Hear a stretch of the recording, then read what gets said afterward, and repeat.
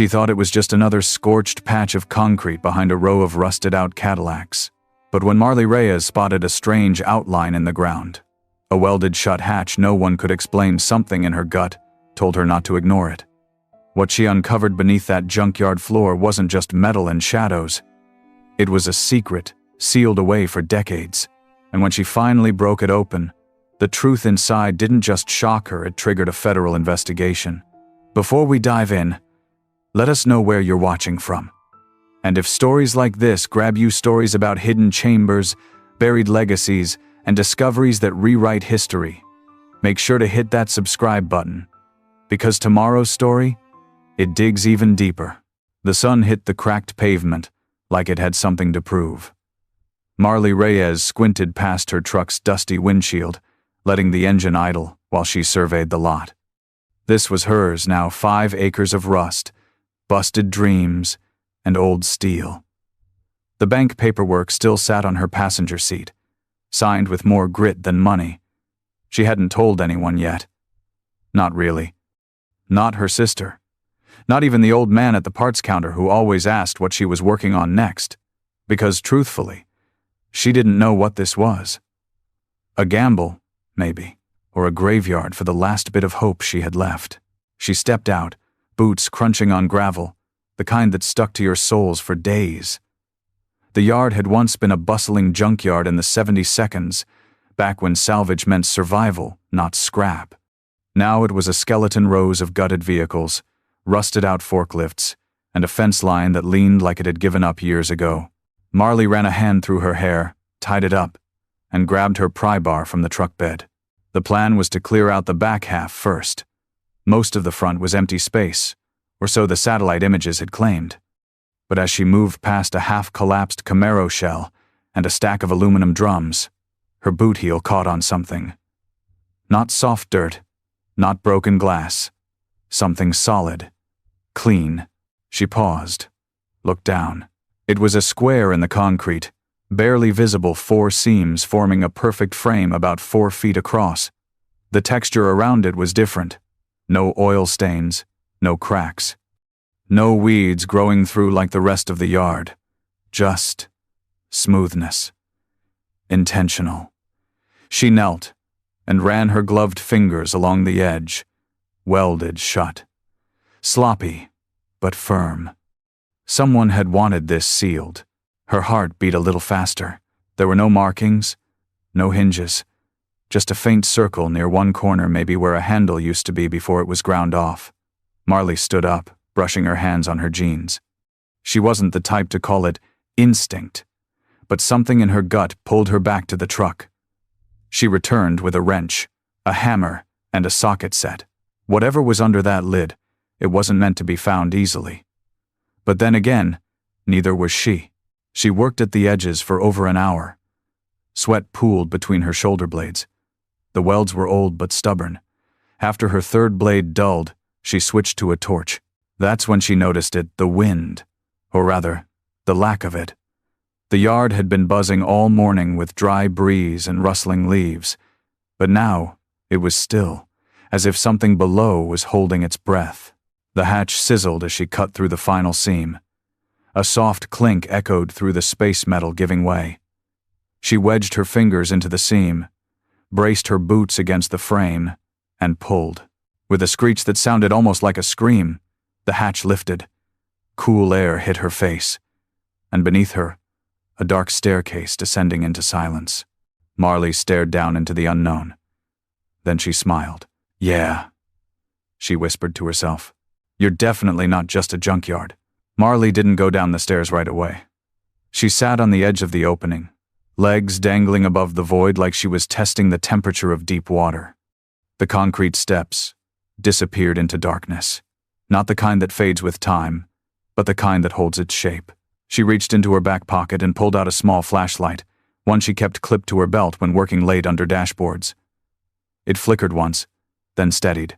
The beam barely pierced 10 feet. Cold concrete, peeling paint, and something that looked like piping snaked along the walls. No dust, no cobwebs. Whatever this was, it had stayed sealed tight and clean. She didn't know what she expected to find. A root cellar? An old fuel cache? Some kind of storm shelter built when the Cold War made everyone a little paranoid? But the deeper the silence got, the more her curiosity roared. She stood up, walked to the truck, and came back with a crowbar and a fresh blade for the torch. If she was going down there, she wanted a way out and a way to defend herself. She just set her tools beside the hatch when she heard the voice behind her. "You shouldn't mess with that." Marley spun around. An older man leaned against the hood of a faded blue Oldsmobile, arms crossed, white hair tucked under a trucker's cap that had once been navy but was now more dust than fabric. She didn't know his name, but she'd seen him before, a regular at the diner across the street. Sat at the counter every morning like clockwork. "Excuse me?" she asked, wiping sweat from her forehead. He nodded toward the open hatch. "They sealed that up for a reason. Back in '89, I think. After the fire. Or maybe before. Hard to remember now. What was it? Not my business then. Still ain't. But I'd walk away if I were you." Marley raised an eyebrow. "And let a perfect mystery sit in my backyard? That doesn't sound like me." He didn't smile. "Lady who owned this yard before you, Bonnie, I think she welded it shut herself. Said no one was to go down there. Not her, not the city, not the EPA, not even the sheriff." That name rang a bell. Marley had seen it on the deed, scribbled beside an old P.O. box and a disconnected phone number.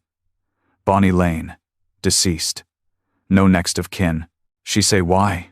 The old man hesitated, chewing on the inside of his cheek. Said it was government, or used to be. Some kind of storage. Said it made noises sometimes. He shifted, uncomfortably. Said once she opened it and the lights were still on down there.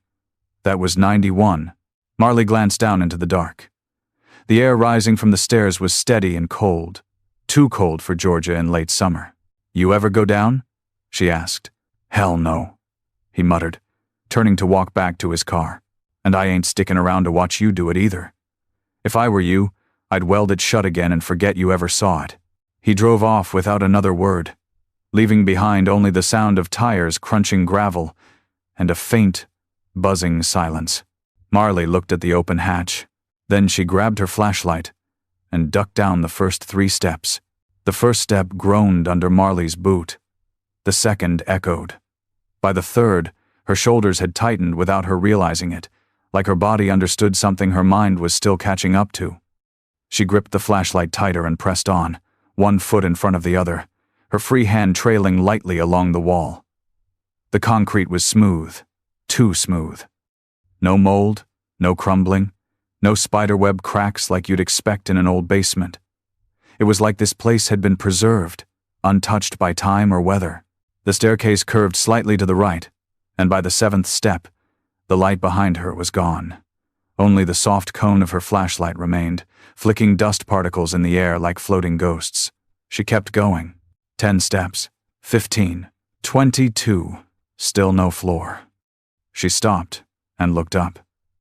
The square of daylight above was a shrinking blue postage stamp. A wave of vertigo washed over her. This stairwell was deeper than any basement had a right to be. She muttered, "This is insane," but her voice felt swallowed, like the walls drank sound. It made her feel small, not unwelcome, just watched. Finally, at step 30, the stairs ended. Her boots landed on cool tile, polished, white, and faintly glowing in her flashlight's beam. The hallway in front of her stretched 20 feet, before branching left and right. Fluorescent lights hung from the ceiling in metal housings, yellowed with age, but eerily intact. She walked forward, footsteps soft but deliberate. Her breath felt louder than it should have. To her left, a faded sign on the wall. Sublevel 1 storage access. The font was military. Clean. Bold. No nonsense. Something about it made her chest tighten. She turned right, drawn by a strange flicker. Not movement, exactly, but the sense of presence. Like someone had just stepped around a corner before she arrived. But there was no one. Just rows of metal doors. Some were numbered. Others marked with single letters and codes she didn't recognize. She paused in front of one. A handprint scanner sat to the right of the knob, dead, cold, and dusted over. Above it, a rusted metal tag read simply, Lab 3 amperes. She reached out. The doorknob turned. Inside, the room was empty. Almost. A desk sat in the corner, its drawers locked. Filing cabinets lined one wall. A fluorescent light flickered, casting an unnatural strobe across the ceiling. But it was what hung on the far wall that stopped her cold. Photographs, 6 of them, each framed, black and white. Men in lab coats, clipboards in hand, standing beside large, tarp-covered shapes. Some of the photos were labeled with project numbers. L24, Aura 2, LAN 13. And then, the last photo, a woman, early 30s. Red hair tied back, eyes sharp with purpose. She looked exactly like Marley. Marley stepped closer. The caption read, Subject, 0 red vertical bar, AUG 1982. The flashlight trembled in her hand. Behind her, something clicked soft but deliberate. She spun around. The door had closed. Not slammed, just shut, like someone had gently pushed it from the outside. For a few long seconds, Marley couldn't move. She just stood there in the dim, flickering light, staring at the door that had so quietly closed itself. Her heart thudded, slow and heavy. The room was silent, but her breath wasn't. She inhaled through her nose, steadying herself the way she did when a wrench slipped and blood started to flow calm first, then fix. She took a step back toward the door, tried the handle. It turned easily. Nothing was locked. She opened it slowly, half expecting someone to be waiting on the other side.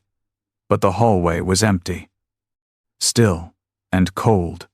The kind of cold that didn't just touch your skin, it settled behind your ribs. Marley stepped back into the corridor, swept her flashlight across the walls again. She'd counted at least 6 other doors. Each one the same. Gray, numbered, unmarked beyond code identifiers. But as she passed them, one door stood out. Unlike the others, this one was slightly ajar. A faint line of soft blue light spilled from underneath. It drew her like gravity. She pushed the door open with the edge of her boot and stepped inside. The room buzzed faintly, and for a moment, she couldn't tell if it was electrical or just the sound in her own ears. This one was larger, almost like a lab or a command center. On one end was a bank of monitors, the old CRT kind with thick glass and curved corners. Most were dark, but one flickered static washing across the screen like a storm trying to clear. On the opposite wall was something stranger. A sealed steel crate, about the size of a small car engine, bolted to the floor with thick straps. The crate pulsed faintly. Not with light, but with sound. A low, almost imperceptible hum that seemed to vibrate in her chest rather than her ears. A warning label was riveted to the side. Caution. Active stasis field. D.O.D. Property Project Lantern. Unauthorized access. Prohibited. She stared at it for a long time.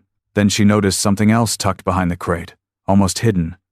A small locker with a shattered keypad and a military duffel stuffed into its corner. She pulled the duffel free. Inside, notebooks, 2 VHS tapes labeled Test 3, Core Temp, and a laminated ID badge. She held the badge up to the light. Dr. Evelyn Reyes. Biochemist. Land facility, divided by sublevel. 1, divided by civilian clearance. Omega. Photo ID. The same red-haired woman from the photograph. Her throat went dry. She'd never known her mother. Just a name on a birth certificate, handwritten in blue ink, and always half-faded. Her foster records had always listed Mother, unknown, but now her name. The woman on the badge wasn't just similar. It was her. Her face, her eyes, her damn jawline. A memory stirred a story from a foster home when she was 9. A counselor who had once said, "You've got the kind of face people remember." At the time, she thought it meant nothing. But now, staring at a 3-decades-old ID card, it felt like it had always meant something more. A sudden hiss broke the silence. She whirled around. The crate was glowing faintly now, seams illuminated like breath pushing through a closed mouth. Something inside was waking up, and Marley wasn't sure if she had just uncovered the past, or cracked open something that never should have been touched. Marley backed away from the crate, her flashlight trembling as the seams along its surface continued to glow. The hum was louder now, but still low. Not an alarm, not mechanical whining, just a presence. That was the only way she could describe it. Like the crate was aware of being seen again. A presence that filled the room in a slow crawl. She slung the duffel bag over her shoulder and turned to leave, her fingers brushing past the old ID badge still clutched in her palm. Evelyn Reyes. Her mother. She hadn't said that name aloud in years. Maybe. Ever. It always felt like a missing puzzle piece too faded to matter. But now, that piece had a face, a place, a purpose. The hallway outside felt narrower than before. The air was still cold, but the silence was gone, replaced by the faint clicking of fluorescent lights overhead and a low vibration that seemed to echo through the concrete itself. She moved faster, retracing her steps toward the room with the photographs. The door to Lab 3 Amperes was still ajar. She slipped inside. The wall of photos stared back at her. Unchanged 6 images in total. Scientists beside large, shrouded objects. Some looked like engines, others like containment units. And in each one, someone had written notes in the corners in faded red marker. Aura 2, L24, Land 13. Names that meant nothing, but felt heavy. She moved closer and focused on the 5th photo. 3 men standing in front of what looked like a reactor core, heavily shielded in lead and steel. One of them held up a clipboard. The corner of the image was labeled Aura, 2 vertical bar 1000, 981 vertical bar, successful stasis initiation. Marley blinked. Aura 2. She reached into the duffel and flipped through one of the notebooks. Sure enough, Aura field testing. Revision C notes, written in tight, neat handwriting. Equations, diagrams, energy field schematics, and page after page of entries like a personal log. If we can stabilize the stasis beyond 72 hours. Project Lantern moves to Phase 2. Evelyn says it's possible. I don't know. She's smart. Terrifyingly smart. But she doesn't sleep anymore. None of us do. She flipped another page. Today, she said something strange. I think it dreams, she told me. I laughed. She didn't. Her blood ran colder. This wasn't just old science. This was obsession. And fear. She looked back up at the final photo again, her mother, staring into the camera with eyes sharp as flint. In the photo, her hand rested on the shoulder of a young technician, barely 20, wide-eyed, grinning like he didn't know the weight of what he was part of. Marley felt her breath catch. The man beside her mother. He looked familiar. Not personally, she was certain she'd never met him, but something about the shape of his nose, the slant of his jawline. She reached into the duffel again. Tucked between the last 2 notebooks was a folded piece of paper, a birth certificate. She unfolded it slowly. Child. Marley Evelyn Reyes. Mother. Dr. Evelyn Reyes. Father. Classified. The word sat like lead in her stomach. Classified. Not unknown. Not N divided by A. Classified. Whatever had happened in this place, whatever they'd built down here, it hadn't ended with technology. It had gone deeper. Into bloodlines. Into family. She turned, startled by a metallic ping behind her. Something had fallen in the hallway. She stepped to the door. The hallway was empty, but on the floor, just outside, sat a small, square Polaroid. She picked it up, heart pounding. It showed a figure in a mechanic's jumpsuit, maybe her age, standing at the bottom of a stairwell looking up. Her flashlight beam caught the face. It was her, The timestamp read, "Captured. 3 minutes ago." Marley stood frozen in the hallway, the Polaroid trembling in her hand. The timestamp was burned into her mind. 3 minutes ago. She looked around, nothing but concrete and shadows, the long corridor stretching in both directions like a tunnel through time. No footsteps, no breathing, just the echo of her own pulse in her ears. Someone or something had taken that photo, and they were still down here with her. She backed slowly toward the stairs, Polaroid in one hand, flashlight in the other. Every instinct screamed to run, but she knew better. Running in the dark never ended well. And whatever was happening here wasn't just a ghost story. It was engineered, monitored, designed. She turned the corner and made her way back to the glowing crate. The hum was louder now, resonating in her teeth. The seams of the container pulsed faintly red, like the heartbeat of something asleep but restless. On the side, the same faded warning, D.O.D. Property Project Lantern. Active stasis field. Do not interfere. She approached cautiously. The air around it felt charged, like the moments before a thunderstorm, dry, sharp, electric. She crouched beside it, flashlight angled to the ground. There, half buried in dust beneath the crate's frame, was something small and metal. A key.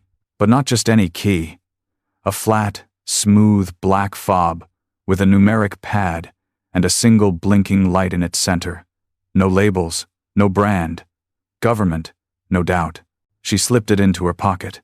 Across the room, one of the monitors flickered again, but this time, not with static.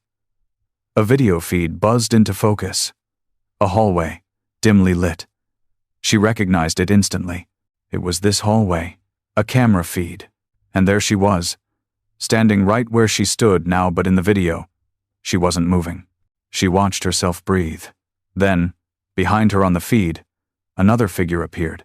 Tall, still, standing just at the edge of the frame where the shadows swallowed the corners of the hallway.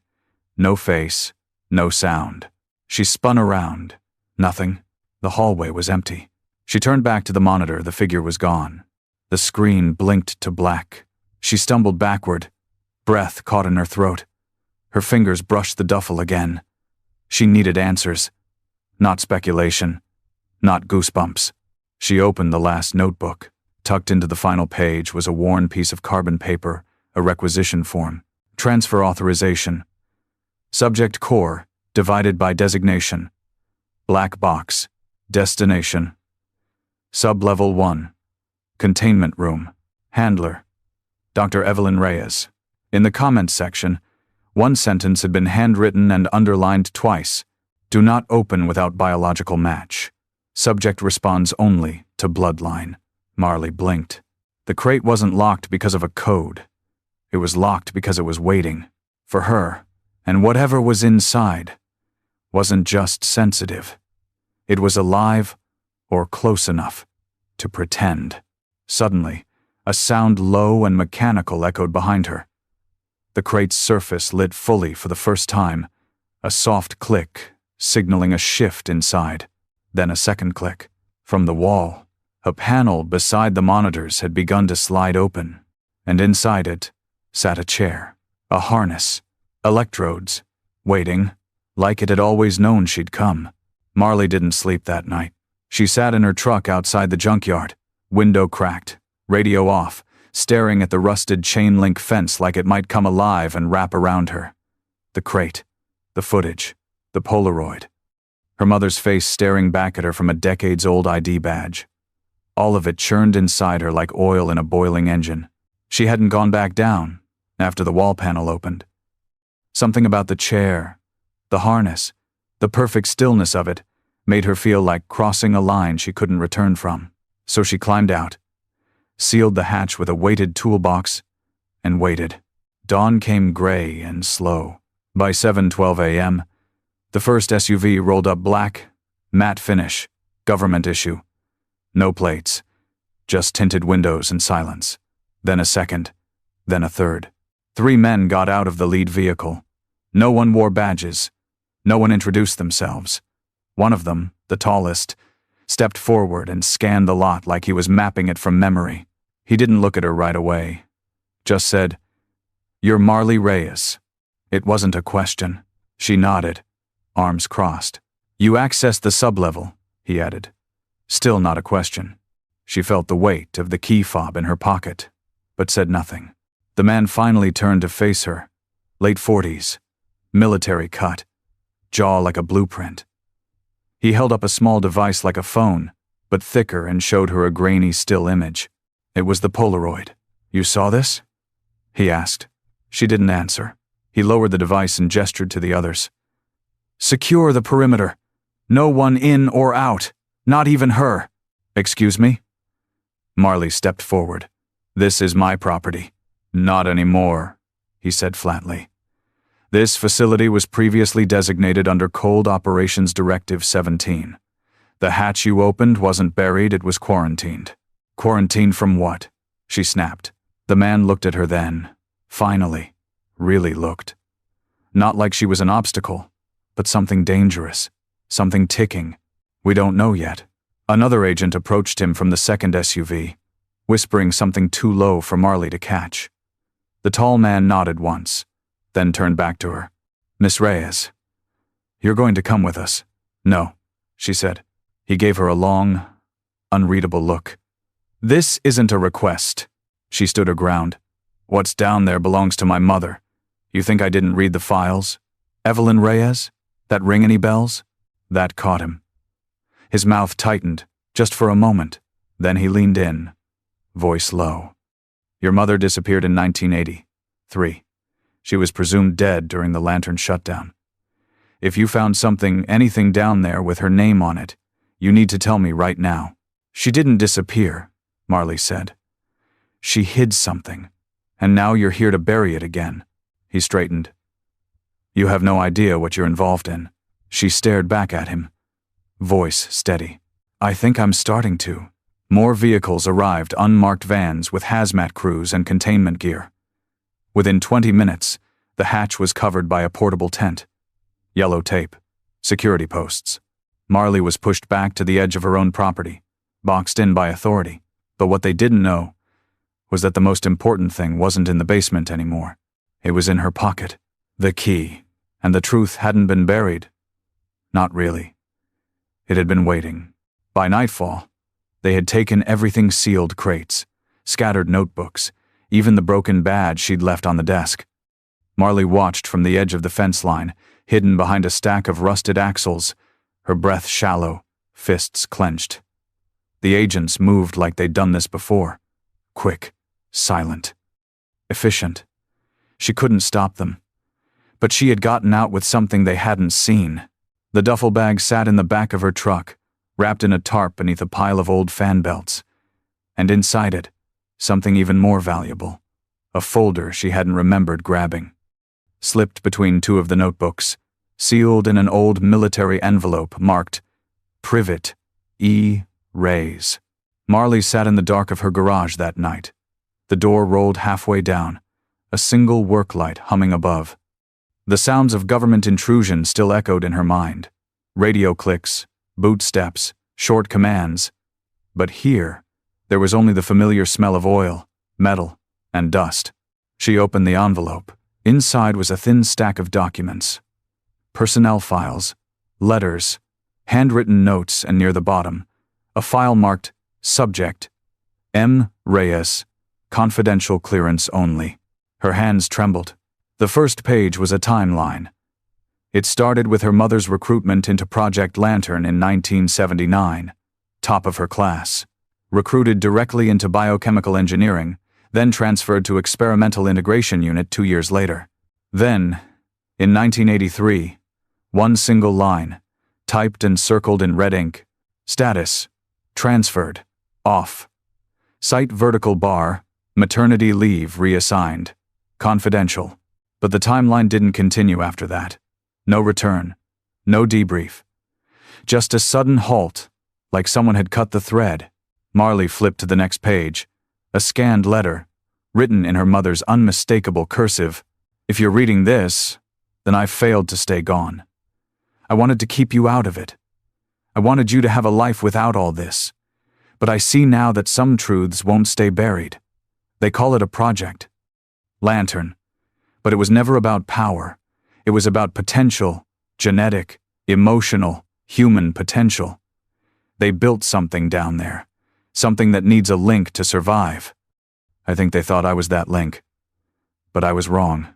It's you. Marley reread the lines over and over. Her mind reeled. Genetic potential. Link. Survive. She reached into the folder again and pulled out a final item.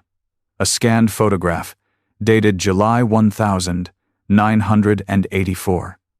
A woman, Evelyn, holding a baby swaddled in a hospital blanket. No hospital name. No visible tags. Just a handwritten caption below the image. Off-grid facility. Birth successful. Designation updated. M. Reyes. She stared at the photo. That baby was her. Born off the map. No records. No witnesses. No legal trail. Her entire life, foster homes. Sealed records. Vanished mother. It wasn't abandonment. It was erasure. A memory surfaced. Something strange. She'd always had an odd reaction to static. Old TVs, radio hiss, sometimes even engine spark, like it pulled something in her blood, a tug she couldn't explain. She'd always thought it was just her imagination. Now she wasn't so sure. The stasis field, the chair, the words, biological match. This wasn't just about legacy. It was design. She wasn't outside the project. She was the project. The next morning, Marley drove 3 hours north in silence. The only clue she had was a single line from her mother's handwritten letter. If anything happens, go to the locker at Site Delta, same number I used at LAN. Site Delta. She'd found a reference to it on one of the requisition forms in the duffel. A decommissioned Air Force facility, officially closed in 1992. No online footprint. No working phone number. But old installations like that didn't just vanish. They faded. And sometimes, they were still exactly where the ghosts left them. The entrance was buried in pine, and kudzu, a rusted gate hanging off its hinges. An old government sign so sun-bleached it looked like a tombstone. Marley parked at the edge of the lot and walked the perimeter until she found the side door pried open, weather-worn, but not completely useless. Inside, it smelled like paper and rot. She followed the fading paint lines on the floor. Yellow for maintenance, blue for personnel, red for restricted, until she reached a long hallway lined with lockers. Some were dented. Others rusted shut. She searched each door, scanning for one that matched the number she'd memorized from the LAN photo. B-17. It was near the end of the row, still intact. A simple combination lock hung from the latch, crusted in rust. She stared at it for a long time. Her mother's birthday, her own. The numbers came to her hands before her thoughts did. She spun the dial. Click. Inside was a single box. Steel. Military issue. And a folded piece of paper taped to the lid, yellowed but still legible. To my daughter, if you ever find this. Her breath caught. She sat on the cold bench beside the locker and unfolded the letter. Marley, if this finds you, then you've uncovered more than I ever wanted you to. I'm sorry, truly. But I couldn't risk telling you the truth while they were still watching. Project Lantern wasn't a weapon. It was a seed, designed to test human potential through proximity to non-linear time fields. The stasis field wasn't just for objects. It altered cognition, memory, biology. I didn't know I was pregnant until months into exposure. And once I knew what you were, what you might be, I had to disappear. They didn't want to destroy you. They wanted to study you, raise you like a specimen. I couldn't let that happen. So I ran. I buried everything. The field, the files, the only copy of the key. Until now, if you have it. Whatever they find in that basement, it won't respond to them. Not fully, but it might respond to you. Not just because of your blood, but because of who you are. It was never about what you could do. It was about what you would choose to do with it. If you decide to open the core, be careful. The field hasn't stabilized in decades. But if you can finish what I started, if you can control it, contain it, then maybe this doesn't have to end the way it began. They erased our names from the record books. But you can write them back. I believe in you. Mom. Marley sat in silence for a long time, the letter shaking in her hands. There was no DNA test. No taped-up message left in the floorboards. This was it.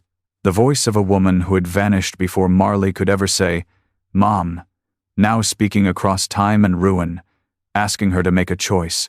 She looked back at the box in the locker.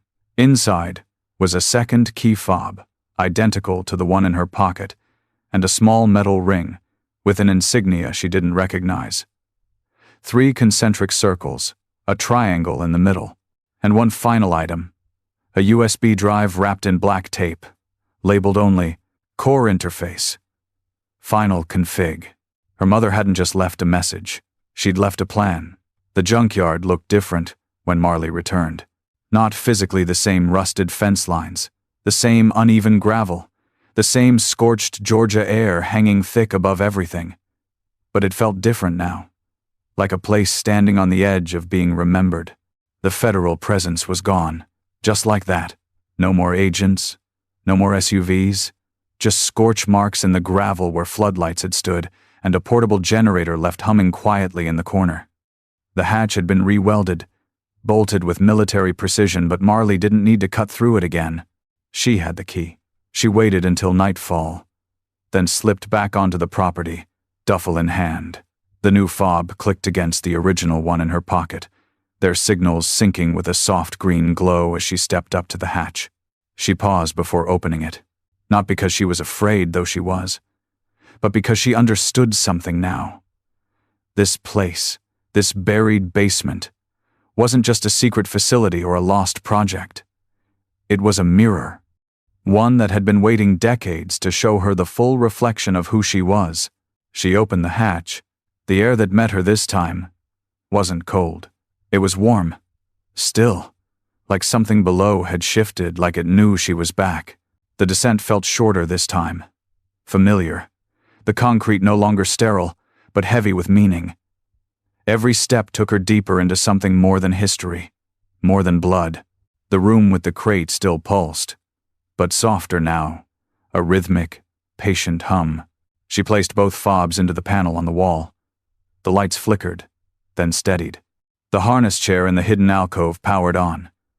Screens above it blinked to life, displaying diagnostic patterns, waveform graphs, and one word repeating across every monitor. Recognized. She didn't hesitate. She slid into the chair. It was cold and rigid military design. Not comfort, but it fit her body like it had been built to. As soon as the last strap clicked, the crate across the room hissed and began to unseal. A low white light spilled out from the seam, then silence.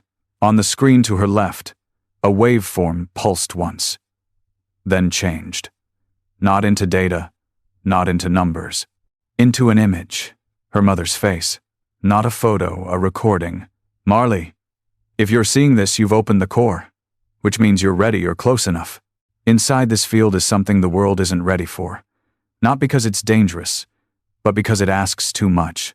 It reflects the mind that touches it. Strength, fear, memory, grief. It doesn't destroy. It reveals. And if it trusts you, it listens. The screen dimmed.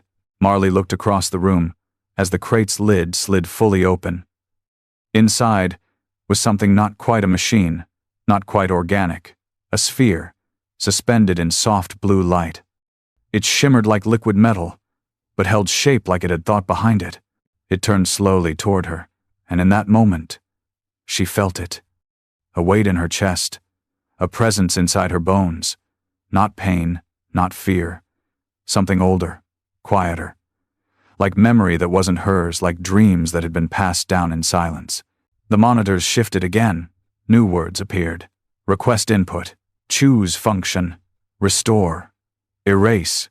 She stared. That was the choice.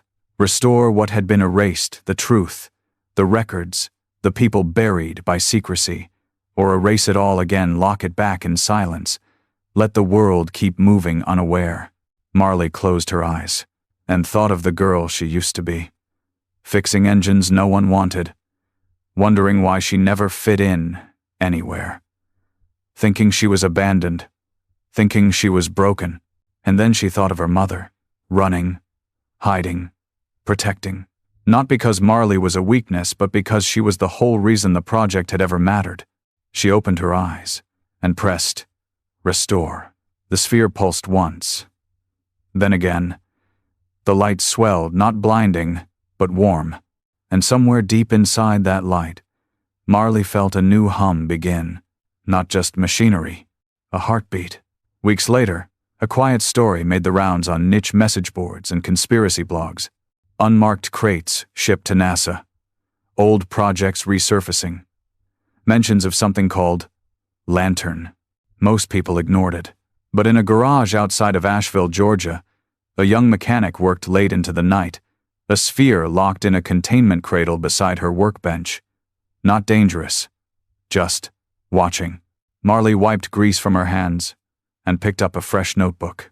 She turned to the first page and wrote across the top, Project Restoration. Marley Reyes, Phase 1.